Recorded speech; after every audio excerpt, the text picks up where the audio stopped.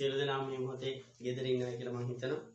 ඉතින් ඒ ගෙදර ඉන්න ගමන් ඔයගොල්ලෝ ඉගෙන ගන්න පුළුවන් විදියට වීඩියෝ එකක් නිර්මාණය කරලා ඔයගොල්ලෝ දෙවන එක බලලා ඔයගොල්ලෝ නෝට් එක ලියා ගන්න. නෝට් එක ලියාගෙන ඉවර වෙලා අපි පන්ති පටන් ගත්ත දවසක ඒක නිවැරදි කරගමු අඩුපාඩු තිබුණොත්. දැනට එවන තොරතුරු ටික ඔයගොල්ලන්ට අගෝස්තු විභාගෙ ලියන්න අවශ්‍ය වෙන සියලු තොරතුරු ටික ලබා දෙන්න බලාපොරොත්තු වෙනවා මේ හරහා. ඔයගොල්ලෝ උපරිම උනන්දුවෙන් මේ දවස් ටික වැඩ කරගන්න. ඒ වගේම ආරක්ෂා වෙලා අපි මෙතන ඉඳලා මානව සම්පත් කළමනාකරණය කොටස පටන් ගමු. මානව සම්පත් නෝට් එක දෙනියා ළමයින්ගේ යම් ප්‍රමාණයක් කරලා ඇති, මොරෝක ළමයින්ගේ යම් ප්‍රමාණයක් කරලා ඇති. මාතර සහ අකුරැසි ළමයින්ට ඒක අවසන් කරන්න ආරම්භ කරන්න ඕනේ නැහැ. ඒක නිසා කවුරුත්ම මේ නෝට් එක ලියලා එතන ඉඳලා පටන් ගන්න. අපි පටන් ගමු මානව සම්පත් කළමනාකරණය කොටස. මුලින්ම ඔයගොල්ලන්ට මම කලින් ඉවල ඇති PDF ෆයිල් එක ඔයගොල්ලෝ බලන්න. ඊට අමතරව දෙනියයි සහ මොරෝක ළමයි ඒගොල්ලොන්ගේ නෝට් දෙක බලා ගන්න. ලියපු නෝට් දෙක ලියපු නෝට් එකක් බලා ගන්න ඕගොල්ලෝ. මානව සම්පත් කළමනාකරණය. මානව සම්පත් කළමනාකරණය කියලා කියන්නේ ආයතනයක සේවක පිරිස පාලනය කරන කළමනාකරණයට කියනවා මානව සම්පත් කළමනාකරණය කියලා. මේ සේවකයන් පිරිස ආයතනයට බඳවා ගැනීමේ සිට ඒගොල්ලෝ විශ්‍රාම යනතෙක් සියලුම කාර්යයන් මානව සම්පත් කළමනාකරණයට අයිති. මේ අතරතුරේදී අපි ඉගෙන ගන්නවා සේවකයන් බඳවා ගැනීම, සේවකයන් ආකර්ෂණය කර ගැනීම, ඒගොල්ලෝ අනුස්ථාපනය කිරීම, ඊට පස්සේ ඒගොල්ලෝගේ කාර්යඵල මැනීම, ඊට පස්සේ ඒගොල්ලෝගේ වැටුප් වේතන ගෙවීම, දුක් ගැනවිලි, කාර්මික සම්බන්ධතා කියන කොටස් සියල්ලම මේ කොටසේදී අපි ඉගෙන ගන්න. මෙතෙන්දී අපිට කාර්යයන් 15ක් පමණ විෂය නිර්දේශය තුළ දක්වලා තියෙන උගලට උගන්වන්න. ඉතින් අපි මානව සම්පත් කළමනාකරණය කියන්නේ මොකක්ද කියලා මුලින්ම බලමු. මානව සම්පත් කළමනාකරණය කියලා කියන්නේ ආයතනයකට ගැළපෙන සේවකයන් පිරිසක්. හරිද?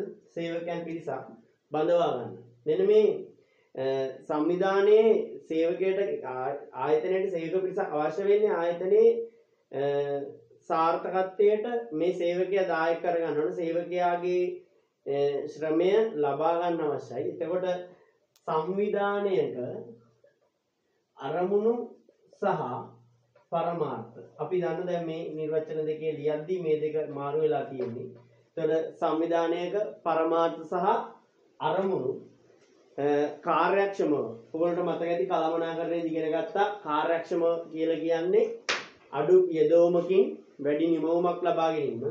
සඵලදායීතාවය කියලා කිව්වේ අපේක්ෂිත කාලය තුළදී අපේක්ෂිත ආකාරයට ලබා ගැනීම. එතකොට සංවිධානයක පරමාර්ථ අරමුණු ඉෂ්ට කරගන්න යෝග්‍ය හා තෘප්තිමත්. ඒ කියන්නේ මේ සේවකයෝ ටික අපේ ආයතනයට මොකක් වෙන්න ඕනද? යෝග්‍ය වෙන්න ඕන සහ ඒගොල්ලෝ අපේ ආයතනය තුල තෘප්තිමත්ව සේවය කරන්න ඕන.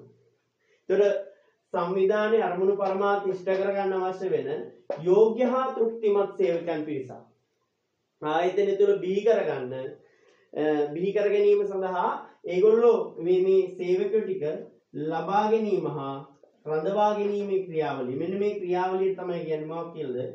මානව සම්පත් කළමනාකරණය කියලා. ඔයගොල්ලන්ට දීපු නෝට් එක බලන්න. ඒක ඇති සංවිධානයක පරමාර්ථ ළඟා කර ගැනීම සඳහා වඩා යෝග්‍ය හා තෘප්තිමත් මානව සම්පතක් ජනිත වන අයුරින් ආයතනයේ මානව සම්පත සඵලදායීව හා කාර්යක්ෂමව ලබා ගැනීම හා රඳවා ගැනීම සම්බන්ධ ක්‍රියාකාරකම් සමූහයට කියනවා මානව සම්පත් කළමනාකරණයක් කියලා. එතකොට මානව සම්පතක දකින්න පුළුවන් සුවිශේෂී ලක්ෂණ. ආයතනයක මානව සම්පතේ දකින්න පුළුවන් සුවිශේෂී ලක්ෂණ. මානව සම්පතක තියෙන සුවිශේෂීම ලක්ෂණය තමයි මොකක්ද? සජීවී වීම. ඒ කියන්නේ ඕනම මානව සම්පතක් තමන්ට ලැබෙන ක්‍රියාකාරකම් වලට ප්‍රතිචාර දක්වන නිසා අපි ඒකට කියනවා කියලාද? සජීවී වීම කියලා. ඒක ලියන්න නැති ඔයගොල්ලෝ ලියා ගන්න. සජීවී වීම. ඒ වගේම මානව සම්පතට තියෙන සුවිශේෂී තව ලක්ෂණයක් තමයි මේගොල්ලන්ට පුළුවන් සිතන්න සහ ඒකට ප්‍රතික්‍රියා දක්වන්න. සිතීම සහ ප්‍රතික්‍රියා දැක්වීමට ඇති හැකියාව. ඒකත් මානව සම්පතක තියෙන සුවිශේෂී ලක්ෂණයක්. අනිත් එක මේ ආයතනයේ තියෙන සියලුම අනිකුත් සම්පත් අපි දන්නවා ආයතනයේ තියෙන යන්ත්‍ර සූත්‍ර අනිකුත් සැලසුම් කරන සියලුම කාර්යයන් ඊළඟට ආයතනයේ තීරණ ගැනීම මේ සියල්ලම සිද්ධ කරන්නේ මානව සම්පත. ඒක නිසා මානව සම්පතේ කරන අනිත් සුවිශේෂී කාර්ය තමයි අනිකුත් කටයුතු ගැන අනිකුත් සම්පත් පිළිබඳව තීරණ ගැනීම කරන්නේ මානව සම්පත.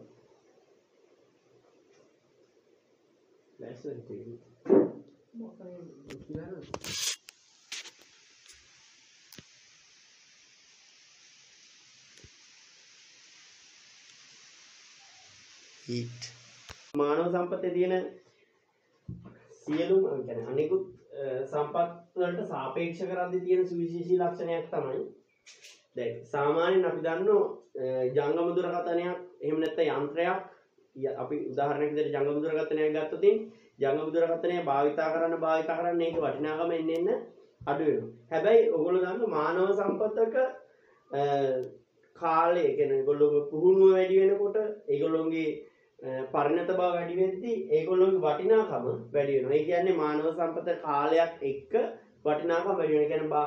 ඒ කියන්නේ පරණ වෙන්න වටිනාකම වැඩි. ඒක නිසා මානව සම්පතයේ සුවිශේෂීම ලක්ෂණයක් තමයි පුහුණු කිරීමෙන් ඊට පස්සේ පළපුරුද්ද මත වටිනාකම වැඩි වෙනවා. ඒතකොට අනිකුත් සම්පත් වල නැති සුවිශේෂී ලක්ෂණයක් තමයි පුහුණු කිරීම තුළින් අගය වැඩි වීම. අනිත් එක තමයි දැන් අපි දන්නවා යන්ත්‍ර 10ක් අපි එක තැනක තියලා තිබුණා.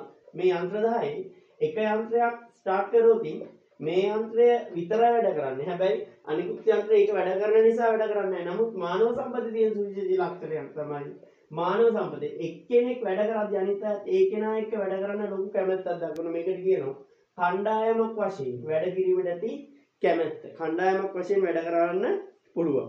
ඒ වගේම තමයි මේගොල්ලෝගේ චර්යාව අපිට අපි දන්නවා මිනිස්සෙක් ගැන අපිට කලින් පුරෝකථනයක් කරන්න බෑ. කෙනෙක් hina වෙලා හිටිය කියලා ඒකට අපිට නිගමනයකට ලැබෙනවා. ඒක කියන්නේ මේගොල්ලෝගේ චර්යාව සංකීර්ණයි සහ පුරෝකථනය කිරීමේ හැකියාවක් නැහැ. මානව සම්පතේ තව සුවිශේෂී ලක්ෂණ තමයි චර්යාව සංකීර්ණ වීම සහ පුරෝකථනය කිරීමට නොහැකි වීම.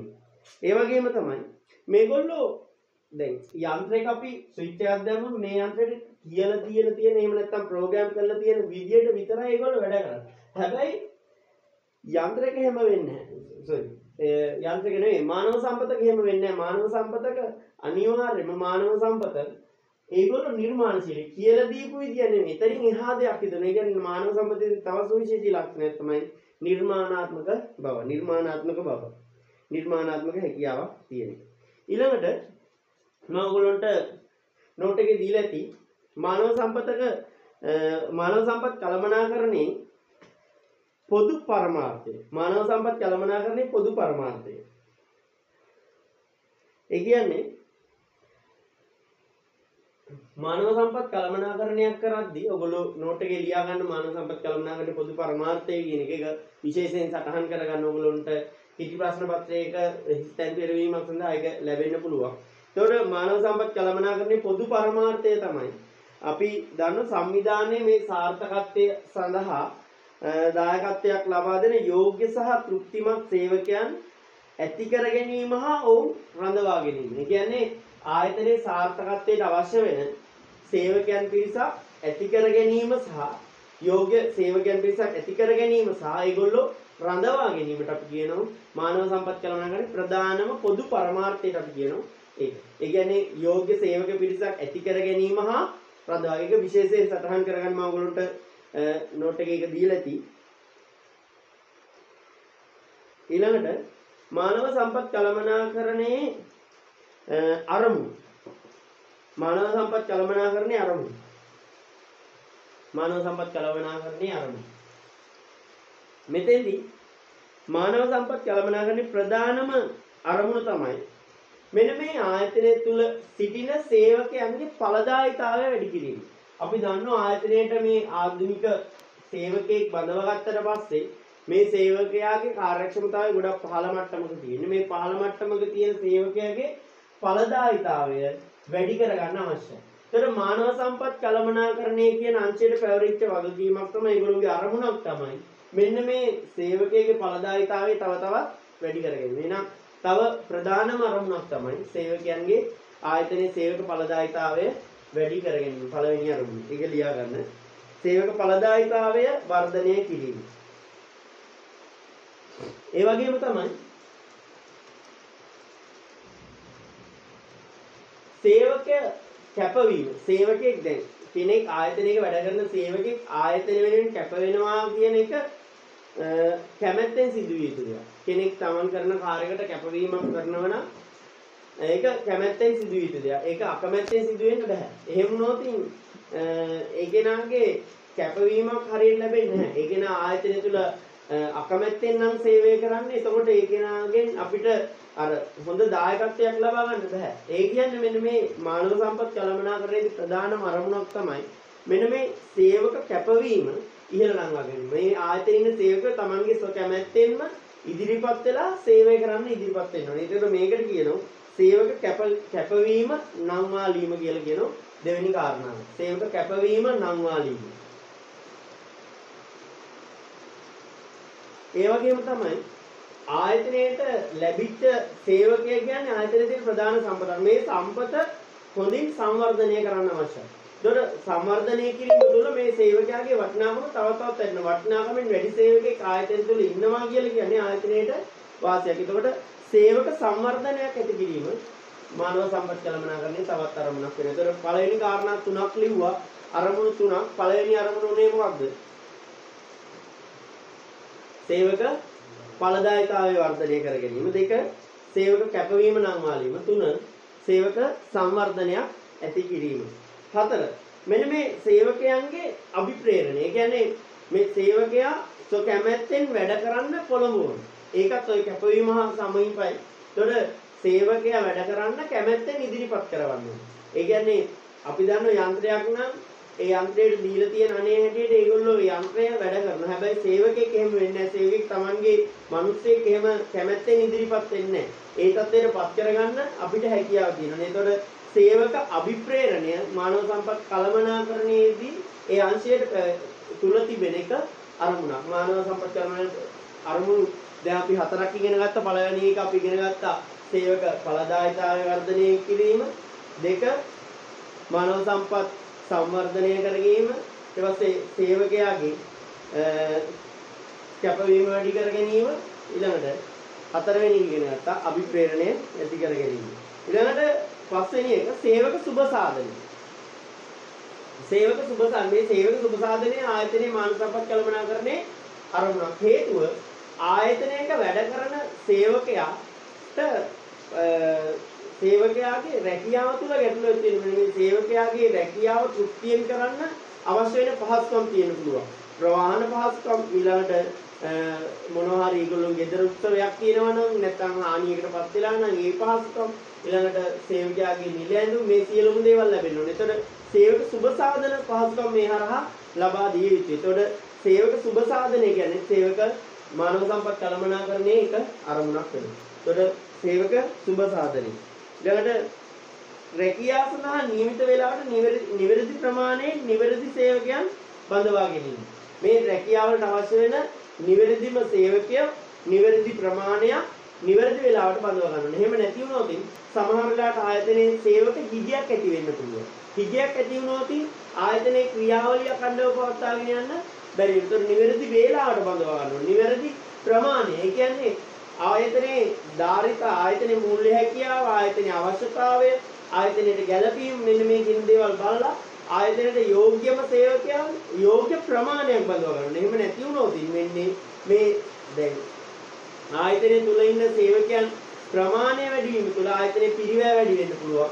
එහෙම නැත්නම් ආයතනයේ සේවකයන් අතර ගැටුම් ඇති වෙන්න පුළුවන්. සේවකයෝ අඩු වුණොත් මේම ගැටලුව තියෙන්නත් පුළුවන්. සේවක අතිරික්තය තුල ගැටලුව තියෙන්නත් පුළුවන්. ඒවත් බලන්න අවශ්‍යයි. ඊළඟට වඩා යෝග්‍ය සේවකයන් ආයතනයේ රඳවා ගැනීම. ආයතනයේ ගැළපෙන යෝග්‍ය සේවකයන් ආයතනය තුල රඳවා ගැනීම. ඊළඟට යහපත් කාර්මික සම්බන්ධතා පවත්වාගෙන යාම හා වර්ධනය කිරීම. කාර්මික සම්බන්ධතාවය කියලා කියන්නේ ආයතනයේ සේවකයන් සහ සේවකයන්. එහෙම නැත්නම් සේවක මේ ශ්‍රමිකයන් සහ හාම්පුතුන්. එහෙම නැත්නම් ආයතනයේ සහ සේවකයෝ. මේ දෙගොල්ලෝ අතර තියෙන සම්බන්ධතාවය. මේක සමාජයට හිතකර කාර්මික සම්බන්ධතාවයක් වෙන්න පුළුවන්, සමහර විට අහිතකර කාර්මික සම්බන්ධතාවයක් වෙන්න පුළුවන්. මේ හිතකර හෝ අහිතකර කාර්මික සම්බන්ධතාවය කියන එක ආයතනයේ වර්ධනයට බලපාන. ඒතකොට මානව සම්පත් කළමනාකරණයේ එක අරමුණක් තමයි ආයතනයේ සේවකයන් අතර යහපත් කාර්මික සම්බන්ධතාවයක් ඇති කර ගැනීම සහ එය වර්ධනය කර ගැනීම. ඒතර මානව සම්පත් ඊළඟ කාරණාව තමයි මානව සම්පත් සම්බන්ධයෙන් වන සංවිධානයේ සමාජීය නෛතික වගකීම් ඉටු කිරීම. මානව සම්පත සම්බන්ධයෙන් තියෙන සමාජීය නෛතික වගකීම් කියලා කියන්නේ සේවකයෙක් බඳවගත්තම මේ සේවකයට අර්ථසාධක අරමුදල් ඊට පස්සේ සේවක බාරකාර අරමුදල් වගේ දේවල් ලබා දීම කරන්න ඕන.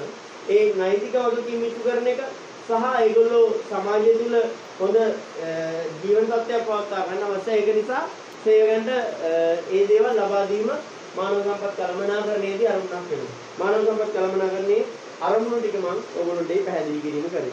ඊළඟට ඔයගොල්ලෝ ලියා ගන්න මානව සම්පත් කළමනාකරණයේ ඇති වැදගත්කම.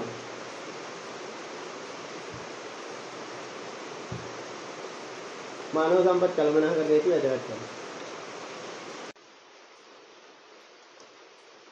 හරි. ඔයගොල්ලෝ ලියා ගන්න මානව සම්පත් කළමනාකරණයේ වැදගත්කම. පළවෙනි කරුණ තමයි අපි කරුණ ලියලා ඒක පැහැදිලි කර ගැනීම කරමු. අනෙකුත් සම්පත් වලට සාපේක්ෂව මානව සම්පත සප්‍රාණික වන නිසා මානව සම්පතට සිතීමට, හැඟීමට, දැනීමට සහ ප්‍රතික්‍රියා දැක්වීමට හැකියාවක් ඇත.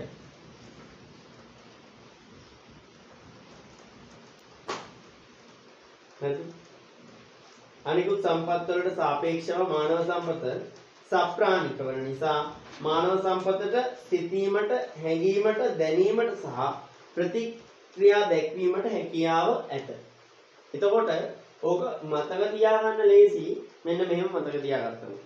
අපි දන්නවා මානව සම්පතට අනිකුත් සම්පත් වලට සාපේක්ෂව සප්‍රාණික. ඒ වගේම මේගොල්ලෝ හිතන. ඒක නිසා ඒක දැනීම, ප්‍රතිචාර දැක්වීම හැකියාව තියෙන නිසා මේගොල්ලෝ කළමනාකරණය කළ යුතුයි. අපි එතකොට උතන අගට ඒක ලියන්න අවශ්‍ය නැහැ. ඔයගොල්ලෝ හිතන්න මෙන්න මෙහෙම. එම නිසා මානව සම්පත කළමනාකරණය කළ යුතුය. එහෙම හිතන්න. එතකොට මෙන්න මෙහෙම අපි හිතන්න ඕනේ. අනිකුත් සම්පත් වලට සාපේක්ෂව මානව සම්පත සප්‍රාණිකයි. සිතන්න පුළුවන්, ප්‍රතික්‍රියා දක්වන්න පුළුවන්, හැඟීම් දැනීම් තියෙනවා. ඒක නිසා මානව සම්පත කළමනාකරණය කළ යුතුයි. හරිද? ඒතර අපි හිතන්න ඕනේ මෙහෙම. අනිකුත් සම්පත් වලට සාපේක්ෂව මානව සම්පත සප්‍රාණිකයි. සිතීමට, හැඟීම් දැනීම් ඇති නිසා සහ ප්‍රතික්‍රියා දැක්වීමට හැකි නිසා මානව සම්පත කළමනාකරණය කළ යුතුයි. අපි ඒ කොටස ලියන්නේ මානව සම්පත කළමනාකරණය කළ යුතුයි කියලා. ඒ කොටස ලියන්නේ අපි ඉතුරු කරුණු මතක තියාගන්න ඒ විදිහට අපි හිතමු. හරිද? එතකොට කොහොමද මානව සම්පත් කළමනාකරණය වැදගත් වෙන්න පළවෙනි කාරණාව තමයි මානව සම්පත් කළමනාකරණය වැදගත් වෙන්න ප්‍රධානම හේතුව තමයි මානව සම්පතට අනිකුත් සම්පත් වලට සාපේක්ෂව මානව සම්පත සම්ප්‍රාණිකයි. ඒක නිසා ඒගොල්ලන්ට සිතන්න පුළුවන්, හැඟීම් දැනීම් තියෙනවා, ප්‍රතික්‍රියා දක්වන්න පුළුවන්. ඒක නිසා මානව සම්පත කළමනාකරණය කළ යුතුයි. අපි ඒ විදිහට තමයි හිතන්නේ. පැහැදිලි? ඊළඟට දෙවෙනි කරුණ අනිකුත් සියලුම සම්පත් පිළිබඳව තීරණ ගන්න ලබන්නේ මානව සම්පත නිසා ආයතනයේ වැදගත්ම එමෙන්ම වටිනාම සම්පත මානව සම්පත වීම. එතකොට මෙතෙන්දි මේ කියන්නේ අනිකුත් සම්පත් ගැන ආයතනයේ තියෙන සියලුම අනිකුත් සම්පත් සම්බන්ධයෙන් තීරණ ගන්නේ මානව සම්පත. ඒක නිසා මානව සම්පත තමයි ආයතනයේ තියෙන වැදගත්ම වටිනාම සම්පත. එම නිසා මෙය කළමනාකරණය කළ යුතුයි. අපි එම නිසා කළමනාකරණය කළ යුතුයි කියන කොටස ලියන්නේ නැහැ. මම ඔයගොල්ලන්ට ඒවල ඇති ඒ නෝට් එකේදී ඇති එහෙම. ඒතකොට ඔයගොල්ලෝ ලියන්නේ මුල් කොටස විතරයි. ඒතකොට අපි හිතන මේක මතක තියාගන්න විදිය තමයි මේ හේතුව නිසා තමයි මේ මානව සම්පත කළමනාකරණය කිරීම වැදගත් වෙන්නේ. ඒතකොට අනිකුත් දැන් අපි පළවෙනි කරුණ මතක තියාගත්තේ මානව සම්පත සප්‍රාණිකයි. සිතන්න පුළුවන්. ඒ වගේම හැඟීම් දැනීම් තියෙන සහ ප්‍රතික්‍රියා දක්වන්න පුළුවන්. ඒක නිසා මානව සම්පත කළමනාකරණය කළ යුතුයි. දෙවෙනි කරුණ තමයි මානව සම්පත සියලුම අනිකුත් සම්පත් සම්බන්ධයෙන් තීරණ ගන්නවා. ඒක නිසා ආයතනයක තියෙන වටිනාම සහ වැදගත්ම සම්පත මානව සම්පත. ඒක නිසා මානව සම්පත කළමනාකරණය කරද්දී මානව කරුණු දෙකයි. කරුණු දෙක තමයි මොකද්ද? ආයතනයේ මේකේ මානව සම්පතේ තියෙන පළවෙනි වැදගත්කම තමයි මානව සම්පත සප්‍රාණිකයි. ඒක නිසා ඒගොල්ලන්ට හිතන්න පුළුවන් හැඟීම් දැනීම් තියෙන. ඒක නිසා මේ මානව සම්පත ප්‍රතික්‍රියා දක්වනවා. ඒ ප්‍රතික්‍රියා දක්වන නිසා මේ මානව සම්පත අපි කළමනාකරණය කළ යුතුයි. ඒක පළවෙනි වැදගත්කම. දෙවෙනි එක තමයි මානව සම්පත තමයි ආයතනයේ තියෙන අනිකුත් සම්පත් පිළිබඳව තීරණ ගන්නෙ. ඒ නිසා වැදගත්ම සහ වටිනාම සම්පත මානව සම්පත. ඒක නිසා මේ කළමනාකරණය කළ යුතුයි. එහෙම නැත්නම් ඔගේ කරුණ දිග වැඩි. ඒක නිසා ඔයගොල්ලෝ මේක මතක තියාගන්න ටිකක් අපහසුයි. ඒකින්ද ඔයගොල්ලෝ ඔය විදිහට මතක තියාගන්න. පළවෙනි කරුණ අපි නැවත මතක් කරගමු. මොකද්ද පළවෙනි කරුණ? මානව සම්පත සප්‍රාණිකයි. ඒක නිසා සිතන්න පුළුවන් හැඟීම් දැනීම් තියෙනවා. ඒක තුල ඒගොල්ලෝ ප්‍රතික්‍රියා දක්වනවා. ඒක නිසා මේ මානව සම්පත කළමනාකරණය කළ යුතුයි. දෙවෙනි කරුණ තමයි අනිකුත් සම්පත් පිළිබඳව තීරණ ගන්න ලබන්නේ මේ මානව සම්පත. ඒකින්ද ආයතනයේ තියෙන වැදගත්ම සහ වටිනම සම්පත මානව සම්පත. ඒ නිසා මේ කළමනාකරණය කළ යුතුයි. 3. තර ව්‍යාපාර ආයතනයකට දිගුකාලීනව තරකාරී වාසි ලබා ගැනීමට ව්‍යාපාරය නොනැසී පවත්වා ගැනීමට යොදාගත හැකි තීරණාත්මක සාධකය මානව සම්පත වීම. ඒක ඔයගොල්ලෝ ලියා ගන්න ඇති. ආයතනයේ තරංකාරීත්ව වාසි ලබා ගන්න ව්‍යාපාරය නොනැසී පවත්වා ගැනීමට යොදාගත හැකි එකම තීරණාත්මක සාධකය මානව සම්පත වීම. අපි ඒතකොට ඒක මතක තියාගන්න විදිය තමයි ව්‍යාපාරයක් දිගු කාලීනව වාසි ලබා ගැනීමට ඊළඟට අනාගත තරංකාරීත්වයට සාර්ථකව තරංකාරීත්ව වාසි ලබා ගැනීමට ව්‍යාපාරය නොනැසී පවත්වා ගැනීමට යොදාගත හැකි තීරණාත්මක සාධකය මානව සම්පත වීම. හරිද? ඒක නිසා අපි කළමනාකරණය කළ යුතුයි. හරිද? එතකොට කොහොමද මතක තියාගන්නේ ඒක? ආයතනයක දිගුකාලීනව තරංකාරී වාසි ලබා ගැනීමටත් ආයතනයක් දිගුකාලීනව තරංකාරී වාසි ලබා ගැනීමට ව්‍යාපාරය නොනැසී පවත්වා ගැනීමට යොදාගත හැකි තීරණාත්මක සාධකය මානව සම්පත. ඒක නිසා එය කළමනාකරණය කළ යුතුයි. ඒතර කරුණු තුනක් අපි මේ වෙනකොට ඉගෙන ගත්තා. ඒ කරුණු තුන තමයි පළවෙනි එක තමයි මානව සම්පත සප්‍රාණිකයි. හැඟීම් දැනීම් ප්‍රතික්‍රියා දැක්වීමට හැකියාව තියෙනවා. ඒක නිසා මේ කළමනාකරණය කළ යුතුයි. ඒක නිසා ඒක මානව සම්පත කළමනාකරණය කිරීම එක වැදගත්කම. දෙවෙනි වැදගත්කම තමයි අනිකුත් සම්පත් පිළිබඳව තීරණ ගන්න ලබන්නේ මානව සම්පත. ඒක නිසා මේ කළමනාකරණය කළ යුතුයි. ඒ කාරණාව. ඊළඟට ආයතනයේ වැදගත්ම සහ වටිනාම සම්පත මානව සම්පත. ඒ නිසා කළමනාකරණය කළ යුතුයි කියලා. දෙවෙනි කරුණ තමයි ව්‍යාපාරයේ අනාගත තරංකාරීත්ව වාසි ලබා ගැනීමට දිගුකාලීනව නොනැසී පවත්වා ගැනීමට බලපාන ප්‍රධානම තීරණාත්මක සාධකය මානව සම්පත. ඒක නිසා මානව සම්පත කළමනාකරණය කළ යුතුයි. ඒක ඊළඟ කරුණ තමයි මානව සම්පත් කළමනාකරණය. මානව සම්පත් කළමනාකරුගේ වගකීමක් පමණක් නොවන අතර එය ආයතනයේ සියලුම කළමනාකරුන්ගේ සාමූහික වගකීමක්. මේකේ පැහැදිලි කරොත් ආයතනයක සියලුම සේවකයෝ කියන්නේ මානව සම්පත. ඒතර අලෙවි මූල්‍ය මානව එහෙම වෙන් කළ දුන්නට මේකේ ආයතනය තුල ඉන්න සේවකයෝ සියල්ලම සේවකයෝ කියලා කියන්නේ මානව සම්පත. එහෙනම් මේ සියලුම දෙනා කළමනාකරණය කරන්න ඕන.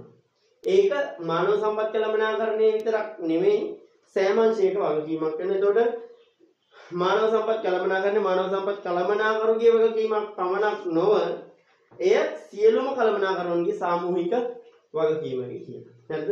ඊළඟ කරුණ මානව සම්පත් කළමනාකරණය සමස්ත සමාජයේම සුභ සිද්ධිය සඳහා ඉතා යෝග්‍ය වීම. හරිද?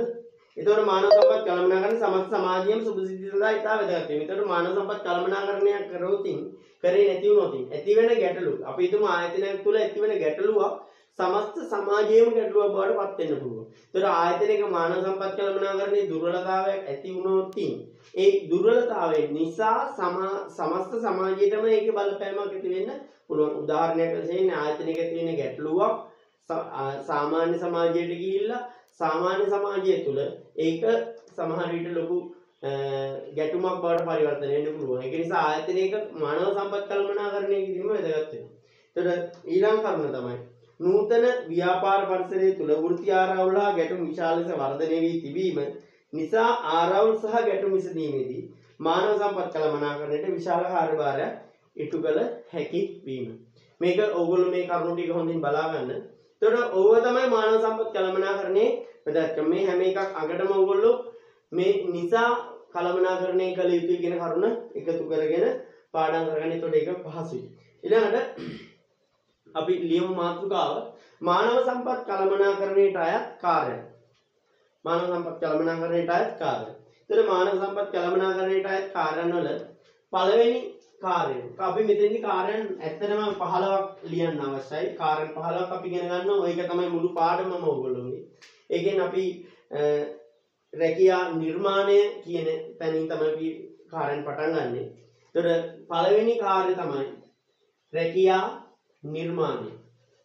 අපි මේ පියවරෙන් පියවර ඉගෙන ගන්නවා.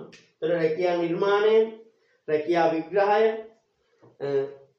මානව සම්පත් සැලසුම්කරණය, ආකර්ෂණය, තෝරා ගැනීම, බඳවා ගැනීම, අනුස්ථාපනය, සංවේදන කළමනාකරණය, කාර්යඵල ඇගයීම, පුහුණුව හා සංවර්ධනය, සේවාදායක චලන, විනය කළමනාකරණය, සෞඛ්‍ය සහ ආරක්ෂාව, දුක් ගැනීම නිරාකරණය සහ කාර්මික සම්මතා කියන වශයෙන් එතෙන්දී කාර්යයන් 15ක් අපි ඉගෙන ගන්නවා. මම ඔයගොල්ලන්ට නෝට් එකකට තියලා එච්චරයි. හැබැයි අතන අපි තව කරුණක් අපි කළමනාකරණයේදී කොටස ඉගෙන ගත්තා. මානව සම්පත් කළමනාකරණයට අයිති ඒ කොටස තමයි අභිප්‍රේරණය කියන්නේ. අභිප්‍රේරණයේ කොටස උතන සඳහන් වෙලා නැහැ. අභිප්‍රේරණයත් අපි ඉගෙන ගන්න අවශ්‍යයි. ඒක නෝට් එකේදී මම දාලා ඉවෙත් නැහැ. ඔයගොල්ලෝ ඒක සටහනක් විතරක් දාගන්න.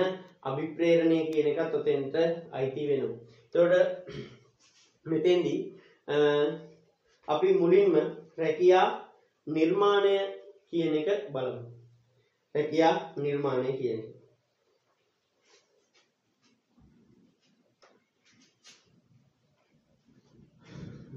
රාජකාරී වගකීම්. මෙන්න මේ තුනේ එකතුවට අපි කියන මොකක්ද කියලාද? රැකියාවක් කියලා. ඒතර රැකියාවක කටයුතු කියලා කියන්නේ මොකක්ද? කටයුත්තක් කියලා කියන්නේ චලන වලින් සමන්විත වෙච්ච ඒකකයක්. චලන වලින් සමන්විත වෙච්ච නිශ්චිතව හඳුනාගත හැකි ඒකකයක්. නැත්නම් ක්‍රියාකාරකම් වලට අපි කියනවා කටයුතු කියලා. උදාහරණයක් වශයෙන් ඔයගොල්ලෝ ගන්න ඔයගොල්ලෝ ලියපු නිර්වචනයේ ඔයගොල්ලෝ ලියපු සටහන තුල උදාහරණයක් ඔයගොල්ලෝ අරගෙන නැති වෙති. උදාහරණයක් ගන්න ගුරු වෘත්තිය. ගුරු වෘත්තියේ කටයුතු තමයි දේශන පැවැත්වීම, සටහන් ලබා දීම, පරීක්ෂණ පැවැත්වීම, එවැනි නිරවද්‍යතාවය බැලීම, ඔයගොල්ලෝගේ ගැටලු තියෙනවා ඒවා හඳුන්වලා දෙනවා. එතකොට ඒවට කියනවා කටයුතු කියලා. හරිද? කටයුතු. ඒතර මේ කටයුතු ටික එකතු වෙච්ච අපිට ඒකට දැන් ඒ කටයුතු ටික දැන් තව උදාහරණයක් ඔයගොල්ලෝ ගන්න වෛද්‍යවරයෙක්. වෛද්‍යවරයෙක් ගත්තොත් වෛද්‍යවරයාගේ කටයුතු තමයි රෝගීන් පරීක්ෂා කිරීම. දැන් අපි වෛද්‍යවරයෙක් කියපු ගම මතක් වෙන දෙයක් නෙමෙයි. වෛද්‍යවරයෙක් කරන දේවල් ටික. උදාහරණයක් දැන් වෛද්‍යවරයෙක් කරන දේවල් තමයි රෝගීන් පරීක්ෂා කිරීම, ඖෂධ ලබා දීම, කරන ඖෂධ නියම කිරීම, ඒ වගේ කටයුතු. එහෙම නැත්නම් යම් රැකියාව කරන දේවල් ටික. කොන්දොස්තරවරයෙක් ගත්තොත් මුදල් එකතු කර ගැනීම, මගින් ඇතුළු කර ගැනීම, මගින් බස් රථයෙන් ඉවත් කිරීම, ඒ සියලුම දේවල් කරන්නේ ඒ දේ. එතකොට කටයුතු කියලා කියන්නේ ඒක. ඊළඟට කාර්ය, කාර්යභාරය. එහෙම නැත්නම් රාජකාරී කියන එක. ඒ කියන්නේ රාජකාරී කියලා කියන්නේ කටයුතු රාශියකින් සමන්විත විශාල වැඩ කොටසට. ඒ කියන්නේ අර කටයුතු ටික එකතුවට කියන තනි නම. දැන් ඔයගොල්ලෝ තව උදාහරණයක් ගන්න. ගුරු වෘත්තියේම රාජකාරිය කියන එකටයි තියෙන්නේ. ඒ නම එක්කම ගුරුවරයා මොකද්ද ඔයගොල්ලන්ට එන ගුරුවරයා කියන එකත් එක්කම ඉන්න ඊළඟ කාර්යය තමයි ඔයගොල්ලන්ට මතක් වෙන්නේ ඉගෙනීම. වෛද්‍යවරයා කිව්වොත් ඖෂධ ලබා දීම. එහෙම නැත්නම් වෛද්‍ය ප්‍රතිකාර කිරීම කියන කාරණා. ඒතර අන්න එහෙනම් යම් රැකියාව එක්කම අපි බැඳිලා තියෙන සමස්ත කාරණා ටිකේ එකතුවට අපි කියනවා රාජකාරිය කියලා. ඔයගොල්ලෝගේ සටහන තුල උදාහරණ ලියන්න මම ඒවට සටහනට උදාහරණ වෙලා නැහැ. එතකොට වගකීම කියලා කියන්නේ අපිට පැවරිච්ච කටයුතු රාජකාරී. ඒවා නිවැරදි විශ්ල කරන්න තියෙන බැඳීමට කියන මොකක්ද කියලාද? වගකීමක් කියලා. එතකොට ගුරු වෘත්තියේදී නම් වගකීම තමයි ඒගොල්ලෝගේ විෂය නිර්දේශය නියමිත කාලය තුලදී අවසන් කිරීම. එතකොට ওই ටික තමයි ඕගොල්ලන්ට මම එවල ඇත්තේ. එතකොට ඊට අමතරයෙන් ඕගොල්ලෝ මෙන්න මේ කොටස් ටික සටහන් කරගන්න. රැකියාවක මූලිකාංග දැන් ලිව්වේ මේ වෙනකොට. ඊට පස්සේ රැකියා නිර්මාණයේ මූලිකාංග. රැකියා නිර්මාණයේ මූලික. මෙන්න මේ රැකියාවක් නිර්මාණය කරද්දී ඔයගොල්ලෝ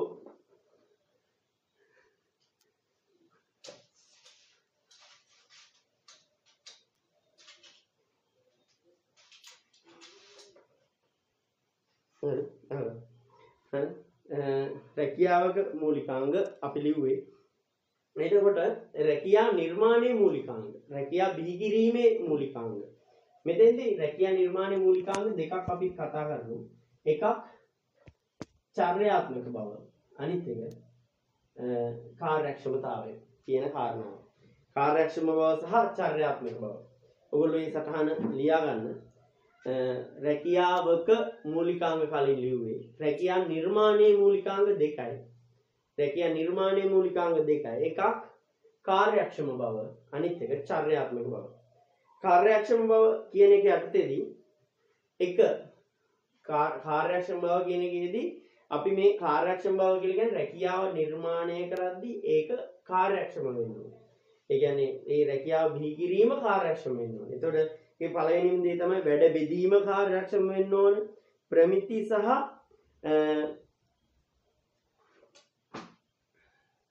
විශේෂීකරණය. හරිද? එතකොට වැඩ බෙදීම, ප්‍රමිති සහ විශේෂීකරණය කියන එක. එතකොට කාර්යක්ෂමතාවය කියන එකේ අදහස් වෙන්නේ දැන් මෙතෙන්දි මේ කාර්යක්ෂමතාවය කියලා කියන්නේ රැකියාව බිහි කිරීම අපිට කොහොම හරි රැකියාව බිහි කළ වැඩක් නැහැ. රැකියාව බිහි කරද්දී ඒක කාර්යක්ෂම වෙන්න ඕනේ. ඒ රැකියාව කරන කෙනා තුල ආයතනයේ කාර්යක්ෂම බව ඇති වෙන්න ඕනේ. එහෙම නැති වුණොත් මේ කරන කාර්ය වැඩක් වෙන්නේ නෑ. ඒ කරද්දී ඒතර වැඩ බෙදීම කියන වචනේ ඔයගොල්ලෝ ඉගෙන ගත්තා කලමනාකරන. වැඩ බෙදීම කියලා කියන්නේ එක් සේවකයෙකුට පහසුවෙන් කළ හැකි පරිදි කාර්යයන් බෙදා වෙන් කිරීමට අපි කිව්වා වැඩ බෙදීම කියලා. ඒතර මේ වැඩ බෙදීම කාර්යක්ෂම වෙන්න ඕනේ. ඒතර සේවකයෙකුට පහසුවෙන් කරන්න පුළුවන් විදිහට කාර්යයන් බෙදෙන්න ඕන කාර්යක්ෂම බව කියන එකට. ඊට පස්සේ ප්‍රමිතිය සහ විශේෂීකරණය. රැකියාවේ සේවකයා කාලයක් නිරත වෙද්දී ඔහු ඒ තුල විශේෂීකරණය වෙන විදිහට මේ රැකියාව නිර්මාණය කරනවා. ඒතර කාර්යක්ෂම බව කියන එක යටතේ කාරණා දෙකක් කතා කරනවා. එකක් වැඩ බෙදීම, අනිත් එක ප්‍රමිතිය සහ කාර්යක්ෂමතාව. ප්‍රමිති සහ විශේෂීකරණය කියන එක. දෙවෙනි එක තමයි චර්යාත්මක බව. ඒ කියන්නේ ඒ රැකියාව කරන පුද්ගලයාගේ තියෙන සුදුසුකම් වලට සුදුසු වෙන රැකියාවක් ඕන නිර්මාණය කරන්න. ඒ කියන්නේ මේ චර්යාත්මක බව කියන එක යටතේ කාරණා දෙකක් කියන එක ලියා ගන්න. පුජ්‍යල විවිධ කුසලතා. දෙවෙනි කරුණ කාර්ය අනන්‍යතාවය හා විශේෂ ප්‍රතිචාර කියන එක. කාර්ය අනන්‍යතාවය සහ විශේෂ ප්‍රතිචාර කියන එක. ඊළඟට ඔයගොල්ලෝ ලියා ගන්න අතිරේක තව සටහන. අතිරේක සටහන. රැකියා නිර්මාණයේදී භාවිතා කරන ශිල්ප ක්‍රම. රැකියා නිර්මාණයේදී භාවිතා කරන ශිල්ප ක්‍රම. හරි. එතකොට පළවෙනි කාරණාව තමයි විද්‍යාත්මක ක්‍රමය. රැකියා නිර්මාණය කරන එක ශිල්ප ක්‍රමයක් තමයි විද්‍යාත්මක ක්‍රමය. විද්‍යාත්මක ක්‍රමය කියලා කියන්නේ මෙතෙන්දී ඔයගොල්ලෝ මේ කොටස් ටික සාමාන්‍යයෙන් බලා ගන්න. මේක ප්‍රධාන වශයෙන්ම බලන්න අවශ්‍ය වෙන්නේ නැහැ. මේක විෂය නිර්දේශي දැන් සඳහන් වෙලා නැහැ. හැබැයි ඔයගොල්ලෝ මේ කොටස පොඩි සටහනක් දාගන්න. විද්‍යාත්මක ක්‍රමය. විද්‍යාත්මක ක්‍රමය කියලා කියන්නේ ඔයගොල්ලෝ දන්නෝ ශ්‍රම විභජනය වගේ දේවල්. එතෙන්දී යම්